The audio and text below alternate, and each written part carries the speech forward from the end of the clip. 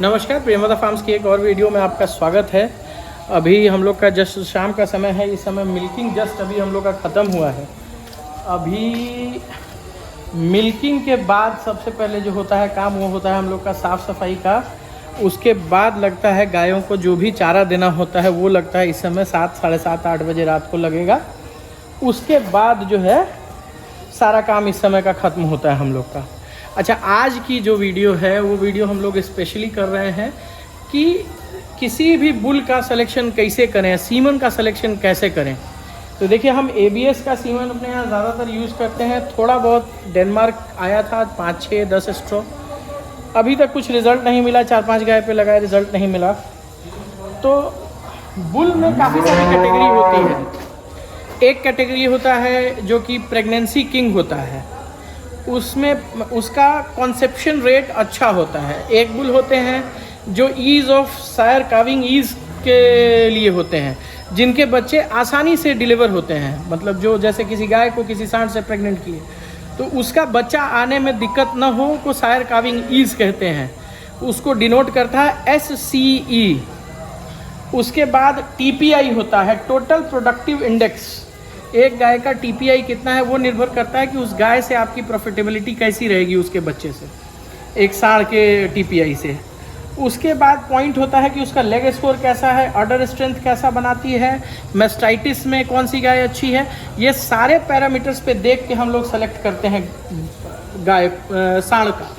अब last year तक मेरे को आइडिया नहीं था, तो हम लोग ABS के जिस बुल का सिलेक्शन किए वो ईज़ ऑफ सायर काविंग ईज से बाहर थी। उसके बच्चे बड़े होते हैं और उनमें बच्चे या तो पहले आ जाते हैं या फिर बड़े होने की वजह से डिस्टॉक्सिया वगैरह होने के चांसेस ज़्यादा होते हैं। अगर गाय छोटी है तो मीडियम साइज़ की, जो अपने यहाँ की नॉर्मल क्रॉस ब्रीड काव होती है उसमें। तो सायर काविंग ईज़ का देखना, जो लोग भी शुरुआत कर रहे हैं डेयरी की, उनके लिए सायर काविंग ईज़ बहुत इम्पोर्टेंट है। और हमारे माँ डेयरी फार्म वाले सुधीर भैया का भी एक वीडियो आया था इस पर, जिस पे उन्होंने ये सायर काविंग ईज़ के बारे में काफ़ी डिटेल्ड से वीडियो बनाया कि आज के डेट में +2.2 जो है वो मार्क है।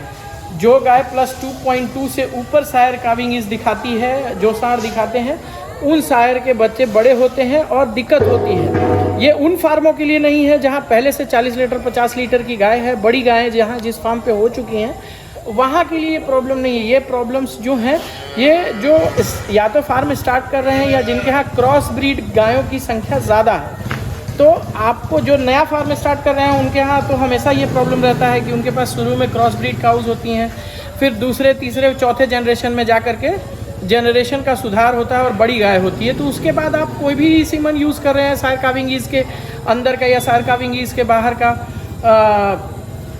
उसका आप चयन कर सकते हैं। अगर सायर काविंग ईज़ की बात करें तो जो आपका स्पाइक है वो ABS स्पाइक को बहुत अच्छा माना जाता है, क्योंकि उसका जो सायर काविंग ईज़ रेटिंग है वो +1.6 है, जो कि +2.2 से 0.6 नीचे है। तो उसके बच्चे बड़े आसानी से आते हैं, उनमें दिक्कत नहीं होती है। वही अगर बात करें ABS हैमर की, तो उसका जो सायर काविंग ईज़ है वो +2.9 है। तो वो थोड़ा सा मतलब उसमें बड़े बच्चे आते हैं साइज़ से, और उसमें जो है अर्ली काविंग होती है, या डिस्टॉक्सिया में आपकी गाय जा सकती है। हमारी एक गाय अच्छी थी तो वो समय पे बच्चा दी। बाकी सारी गायों का आप जान ही रहे हैं कि 7 दिन, 8 दिन, 10 दिन पहले बच्चा दी हैं। दूसरा चीज़, एक तो सायर काविंग ईज़ हो गया। तो अगर सायर काविंग ईज़ का बुल सेलेक्ट कर रहे हैं तो आपके पास ABS स्पाइक है, स्ट्राइकर है, हॉटस्टार है, ये सारे सायर काविंग ईज़ के अंदर आते हैं ABS में। उसके बाद डेनमार्क में भी आपको जो डेनमार्क के बुल हैं उनका डिटेल पढ़ेंगे तो उसमें हमेशा SCE सायर काविंग ईज़ को हमेशा देखिए कि +2.2 से उसको नीचे रहना चाहिए। वो +2.2 से ऊपर होगा तो क्रॉस ब्रीड गायों में बच्चा होने में दिक्कत होगा। तो ये तो एक पॉइंट हो गया अपना कि सायर काविंग ईज़ देखना चाहिए बुल सेलेक्शन के समय में। बुल सेलेक्ट, फिर जब आपके पास स्पाइक का बच्चा आएगा तो फिर आप उसमें हैमर लगाइए, अरमाडा लगाइए, फिर अरमाडा का बच्चा आ जाता है तो हैमर लगाइए। हमने एक गलती की जिसका नतीजा ये हुआ कि हमारी पाँचों की पाँचों बछड़ी अभी तक जो आई है हैमर की, वो सारी अर्ली डिलीवरी की हैं। मतलब पहले ही बच्चा हो गया है सब गाय, कोई 8 दिन पहले, कोई 10 दिन पहले, कोई 7 दिन पहले, ऐसे करके बच्चा हुआ। तो इस बार जो हम लोग का सिलेक्शन है वो ABS अरमाडा है, जो कि जस्ट राइट है सैर काविंग इसके लिए। .+2.2 उसका रेटिंग है, मतलब एग्जैक्ट है, मतलब सो है, चल सकता है टाइप से। तो हम लोग अरमाडा यूज़ कर रहे हैं और कुछ स्पाइक का भी नॉन सेक्सुअल सीमेन हम लोग मंगाए हैं, जो कि कुछ गायों में जो है उसमें लगाएंगे। अगर अब दूसरी चीज़ आती है कि वो गाय जो मेस्टाइटिस फ्री अडर्स डेवलप करती हैं, वैसे सार जो मेस्टाइटिस फ्री अडर डेवलप करने के लिए जाने जाते हैं, उसमें जो पहले 5वें नंबर पे है वो है ABS हॉटस्टार। ये सिर्फ मैं ABS के सीमेंस की बात कर रहा हूँ क्योंकि इसी के बारे में मैंने अभी तक सबसे ज़्यादा देखा पढ़ा है, तो मैं इसके बाहर नहीं जा रहा हूँ। फिर कभी डिटेल्ड वीडियो में मैं आपको वर्ल्ड वाइड सैर की या NDDB के बुल्स की, जो डेनमार्क के बुल्स हैं, उनके बारे में भी बता दूंगा। फिलहाल के लिए हम लोग ABS पे ही ये कर रहे हैं। तो उसके बाद जो सेकंड पैरामीटर होता है, सबसे ज़्यादा सोमेटिक सेल काउंट्स की वजह से जो है अपने आप जेनेटिक जो डिसऑर्डर होता है उसकी वजह से मेस्टाइटिस होता है, सबसे पहला रीज़न होता है।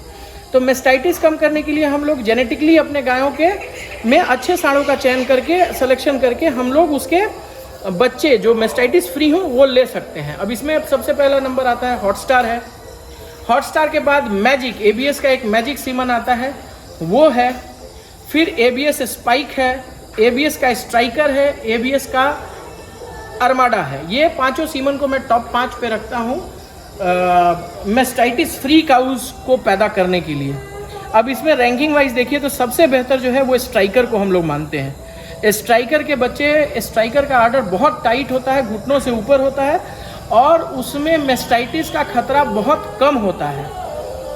तो ये चीज़ें हैं जो आपको ध्यान रखना है बुल सिलेक्शन करने में। अब आपका आता है कि आप कब से अपनी गायों को गाभिन करें। तो देखिए, बचाना कौन सा महीना है बच्चों के लिए कि आपकी काविंग जुलाई और अगस्त मंथ में नहीं होनी चाहिए। 15 सितंबर से लेके 15 फरवरी मार्च तक आपके बच्चे आ जाए, दैट्स इट, गुड, अच्छा, बहुत अच्छा है। अगर इस बीच में आपके सारे बच्चे आ रहे, 80 to 90% बच्चे आपके इसके बीच में आ जाने चाहिए। इनसे दो चीज़ होगा, एक तो कि काविंग बहुत आसान होगी क्योंकि ठंड का समय होता है, और दूसरा कि जो गायें काविंग पे करेंगी वो अच्छा दूध निकालेंगी। एक गर्मी में ब्याई हुई गाय, सेम गाय जो जाड़े में भी आएगी, तो अगर वो 7000 लीटर दूध करती है तो गर्मी में करने पे 5500 के ऊपर नहीं जा पाएगी। रीज़न बीइंग कि गर्मी में गायों का दूध कमता है क्योंकि गाय हीट स्ट्रेस में आती है और भी बहुत तरीके की समस्याएं होती हैं। चारे की उपलब्धता उतनी अच्छी नहीं होती है जैसी जाड़े में होती है। मक्खन ग्रास नहीं मिलेगा, बरसीम नहीं मिलेगा उस समय में, तो इन सब चीज़ों से गायों का मिल्क प्रोडक्शन घट जाता है उस पीरियड में। अब तो क्या क्या केयर करना है हम लोग को? पहला चीज़ है कि कम सोमेटिक सेल्स काउंट वाली सांडों का चयन करना है। TPI रेटिंग देखनी है। TPI रेटिंग से ओवरऑल परफॉर्मेंस पता चलता है कि वो सांड कैसा ओवरऑल परफॉर्म करता है।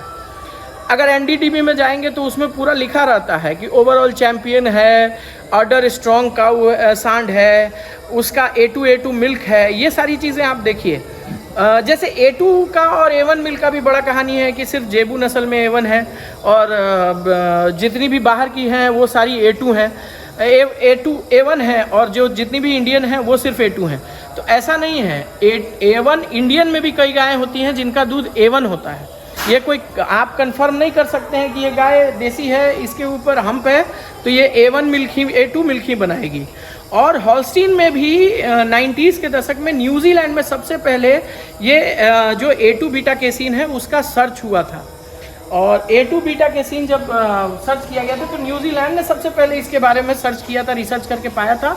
और उसके बाद 90 से लेके अभी तक Holstein USA, Holstein New Zealand, Holstein Denmark और हॉल्स्टीन जर्मनी की जो संस्थाएं हैं वो ज़्यादातर A2 सांडों पर फोकस की हैं। और आज के डेट में जो विदेशी नस्ल की गायें भी हैं, हॉल्स्टीन या जर्सीज, तो उनमें भी बहुत सारे बुल हैं जो A2 मिल्क प्रोडक्शन वाली जेनेटिक्स को रखते हैं। और आप अपने यहाँ वैसी गायों को, वैसी सांडों का चयन करके अपने यहाँ भी जो है हॉल्स्टीन और जर्सी में A2 मिल्क वाली गायों का प्रोडक्शन कर सकते हैं। तो ये 3-4 पॉइंट है जो हमेशा बुल सिलेक्शन में आप लोग को ध्यान रखना चाहिए। हमने भी अरमाडा का सीमन इस बार चुना है कि अपने यहाँ जो भी हॉल्स्टीन की गाय है उस पर हम लोग अरमाडा यूज़ करेंगे। जो जर्सी है उसमें जिग ही इस्तेमाल होगी, क्योंकि जिग के बच्चे अभी तैयार नहीं हुए हैं। जब जिग के बच्चे तैयार होंगे तब तक ABS के और भी सीमन आ जाएंगे, हम लोग उसमें से कोई और इस्तेमाल कर लेंगे। और दूसरा मैं आपको एक साइलेज अपना दिखा देता हूँ। ये अपना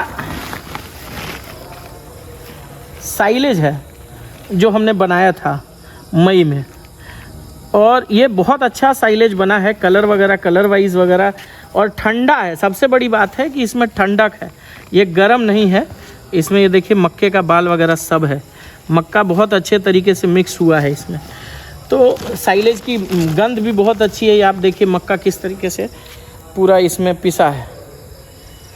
तो ये पिसने से क्या है कि ये साइलेज अपना बहुत बढ़िया बना है। अगली बार जो है हम लोग इसमें जो है प्रशांत जी से बात हो रही थी केमिन से, तो हम लोगों ने 2 साल तो ट्राई नहीं किया, लेकिन अगले साल हम लोग इसमें साइलेज सेवर और एक इनोकुलेंट आता है वो भी ट्राई करेंगे, क्योंकि अगले साल हम लोग करीब करीब 20 एकड़ से 25 एकड़ का साइलेज बना रहे हैं। तो हम लोग नहीं चाहेंगे कि एक भी रुपये का उसमें हम लोग को नुकसान हो। 10-20 हज़ार 30 हज़ार की दवाएँ आती हैं, उसको इस्तेमाल ज़रूर करेंगे ताकि साइलेज और बेहतर हम लोग बना सकें। बाकी गायों का स्वास्थ्य, ये जो अभी बड़ा है इसमें अभी आपने क्यूबिकल्स नहीं लगे हैं, इसके क्यूबिकल सारे आ चुके हैं। जब एक बार क्यूबिकल सारे आ जाएंगे तो इसमें 24 गायों का क्यूबिकल लगेगा, जिसमें 24 गायें बैठ सकती हैं। और अभी तो हम लोग जो है मेकशिफ्ट अरेंजमेंट्स कर रहे हैं। बछिया आप देखेंगे कि छोटी जितनी भी अपनी बछिया थी उसको हमने वो नए वाले शेड पे डाल दिया है, उधर जो नया शेड है। फिलहाल के लिए वो भी मेकशिफ्ट ही अरेंजमेंट है, क्योंकि अभी वहाँ नाद बनना है और नाद के बाद बच्चियों का बड़ा बनना है। तो एक तो ये चीज़ें हो गई जो हम लोग अभी कर रहे हैं यहाँ पे। बाकी मैंने बुल के बारे में सारी डिटेल आप लोग को इस वीडियो में समझा दिया है, और मुझे नहीं लगता है कि ऐसा कोई पॉइंट है जो हमने छोड़ा है। अगर आपको इस पर कोई प्रश्न है तो आप कमेंट बॉक्स में अपने कमेंट्स डालिए, हम लोग पढ़ के उसके ऊपर जो है आगे बता देंगे। अगर वैसा कोई क्वेश्चन आपका क्वेरी होगा जो आपको नहीं समझ में आ रही होगी, तो उन चीज़ों को अगली वीडियोज़ में हम लोग ज़रूर देखेंगे। और जहाँ तक अपनी जो बछिया थी उसका मिल्क रिकॉर्ड का बात करें तो ये अपनी जर्सी है जो अभी 21-22 लीटर पे चल रही है। 11 साढ़े 11 लीटर सुबह करती है, 10 साढ़े 10 लीटर इस समय करती है। तो 21 साढ़े 21 लीटर दूध है इसको अभी। और 9 नंबर और 10 नंबर, एक 18 लीटर पे है, एक 16-17 लीटर पे अभी है। अभी ब्याह सबको 10-12 दिन हो रहे हैं, किसी को भी कीड़ा का दवा नहीं पड़ा है, पेट क्लियर नहीं हुआ है। तो अभी सब वो हम लोग क्लियर कर रहे हैं। जब सारी चीज़ें क्लियर हो जाएंगी तो हम लोग जो उम्मीद कर रहे हैं कि ये जो तीनों हैं ये 25 या 75 लीटर दूध इन लोग तीनों से हम लोग को प्राप्त होगा। और जो एक साहिवाल की बच्ची है उसे 12 से 13 लीटर, मतलब 75 और 13 87-88 लीटर दूध की उम्मीद है। अभी जो है 70-72 लीटर के करीब दूध हो रहा है। 21 लीटर इसका मान लीजिए और 18-18 उसका मान लीजिए और 12 लीटर उसका, तो 30, 21, 51 और 18, तो वही 69-70 लीटर अभी हो रहा है। हम लोग जो उम्मीद कर रहे हैं कि 80 से 85 लीटर दूध होगा। तो इस वीडियो को अभी हम लोग यहीं समाप्त करते हैं, फिर मिलते हैं अगली वीडियो में। धन्यवाद।